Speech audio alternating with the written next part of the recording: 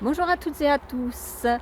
Eh bien, aujourd'hui, j'avais envie de vous parler de ce à quoi on dit oui et de ce à quoi on dit non. Ça veut dire quoi? Eh bien, dire oui pour se faire aimer, pour se faire apprécier, pour se faire accepter, pour être dans la conformité. On a plein de raisons de dire oui. On a besoin d'être accepté par les autres. Donc souvent, on va faire ce qu'on appelle ces concessions.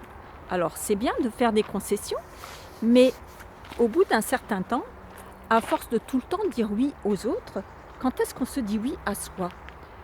Quand on se laisse, à un moment donné, on va arrêter de poser des limites aux autres. Et on va surtout se donner beaucoup de limites à soi. On va plus se permettre d'être qui on est. Et ça, c'est important d'en prendre conscience et de vraiment se poser la question jusqu'où je peux dire oui aux autres et combien j'ai besoin de me dire oui à moi. Combien j'ai besoin de me prendre comme étant la personne la plus importante de ma vie. Parce que de toute façon, si vous dites oui aux autres à tout prix, parce que vous les aimez, parce qu'à un moment donné, ils ne vont plus vous respecter. Parce qu'on va vous sentir trop malléable, on va vous sentir trop rond, avec un manque de caractère. Et vous n'allez plus oser non plus vous imposer. Parce que vous savez très bien que si vous commencez à dire ce que vous voulez dire, ou ce que vous pensez, eh bien, on peut vous rejeter. Et comme vous êtes rentré dans une forme de dépendance, et qu'en plus, on vous aime pour l'image que vous avez donnée de vous-même, en étant quelqu'un qui ressent, qui dit être d'accord ou qui fait plein de concessions, puis à un moment donné, qui n'ose plus dire non mais moi je pense comme ça, et j'ai envie de me respecter pour qui je suis. Donc voilà. Et je pense qu'à force de dire oui aux autres, eh bien à un moment donné, on n'est plus respecté. Vous savez, c'est comme le sauveur. J'aime bien l'image du sauveur. Le sauveur, il est toujours en train de sauver tout le monde. Et souvent, les gens qui sont des sauveurs se plaignent que, eh bien, on ne les sauve pas quand eux, ils en ont besoin. C'est normal. C'est normal parce qu'ils ont leur cape de sauveur et que finalement, on ne sauve pas Superman ou Superwoman. Donc, le sauveur, par moment, il faut qu'il arrive à être autre chose qu'un sauveur. Soit qu'il soit dans une peau de thérapeute le temps qu'il est nécessaire, mais qu'après, il ne soit pas sauveur avec tout le monde et tout le temps. D'abord parce qu'à un moment donné, ce fameux sauveur, il va être aussi envahissant. Il va être envahissant pour l'autre, parce qu'il va faire les choses à la place de l'autre, il va penser pour l'autre, il va prendre des précautions pour l'autre, il va ôter sa responsabilité à l'autre. Donc, il est nécessaire de se poser des limites. Et c'est pareil, le sauveur, souvent, il n'a pas assez de limites.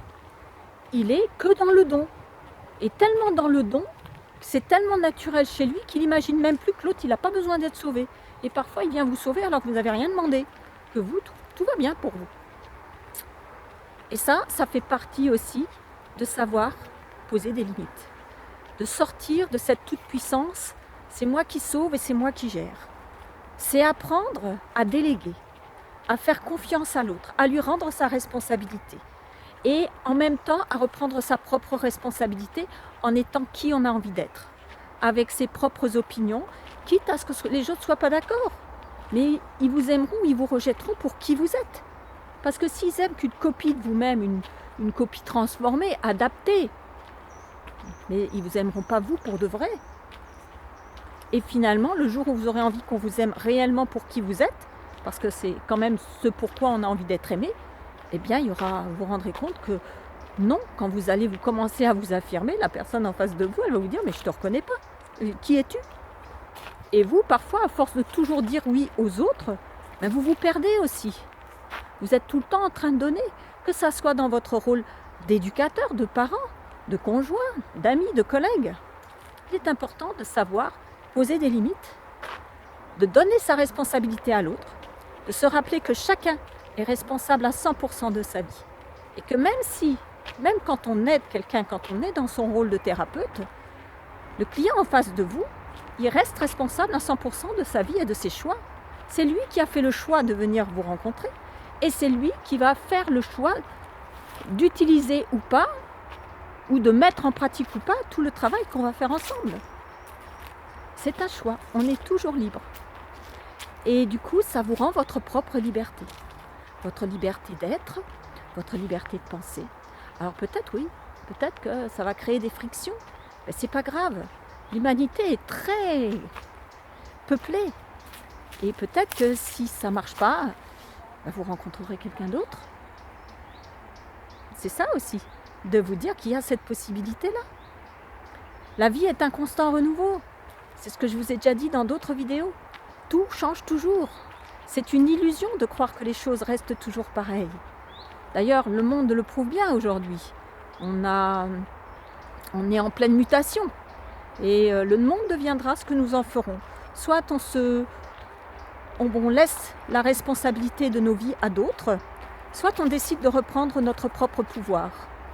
En se disant que si on parle des lois d'Hudson, et qui disait que les anciens paradigmes, c'est l'extérieur qui gouverne le dedans, et que les nouveaux paradigmes, eh bien, c'est qui on est qui décide de comment va être notre environnement. Eh bien, qui on est, c'est aussi agir sur notre système immunitaire, sur notre hygiène de vie, sur la façon dont on se nourrit, la façon dont on fait du sport, sur notre morale, notre mental, qui tout ça va nous rendre forts, va nous permettre de vivre dans un environnement hostile, où on décide que c'est l'extérieur qui décide,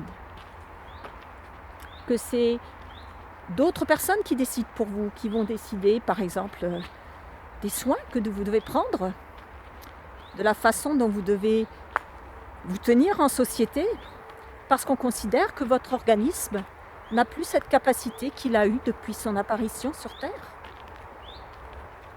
Qu'est-ce que vous en pensez? Si vous mangez correctement, si vous mangez vivant, si vous mangez sain, si vous avez un bon mental, si vous faites du sport, si vous avez des relations constructives, positives, croyez-vous vraiment que vous allez tomber malade? À voir. Voilà, tout ça pour vous dire à quoi je dis oui, à quoi je dis non. Ça touche tous les domaines de vie. Ça touche aussi votre développement personnel. Accepter de faire un développement personnel, accepter de se poser des questions sur soi, accepter de changer, accepter de se remettre en question, accepter d'avoir tort, permet aussi à un moment donné de se reposer la limite, les bonnes limites. À quoi je dis oui, à quoi je dis non. Est-ce que je dis oui à mon laisser-aller ou est-ce que je dis oui, je continue d'avancer et d'évoluer parce que la vie, le but de la vie, c'est ça. Je vous souhaite une très belle journée et puis je vous dis à très bientôt. Au revoir.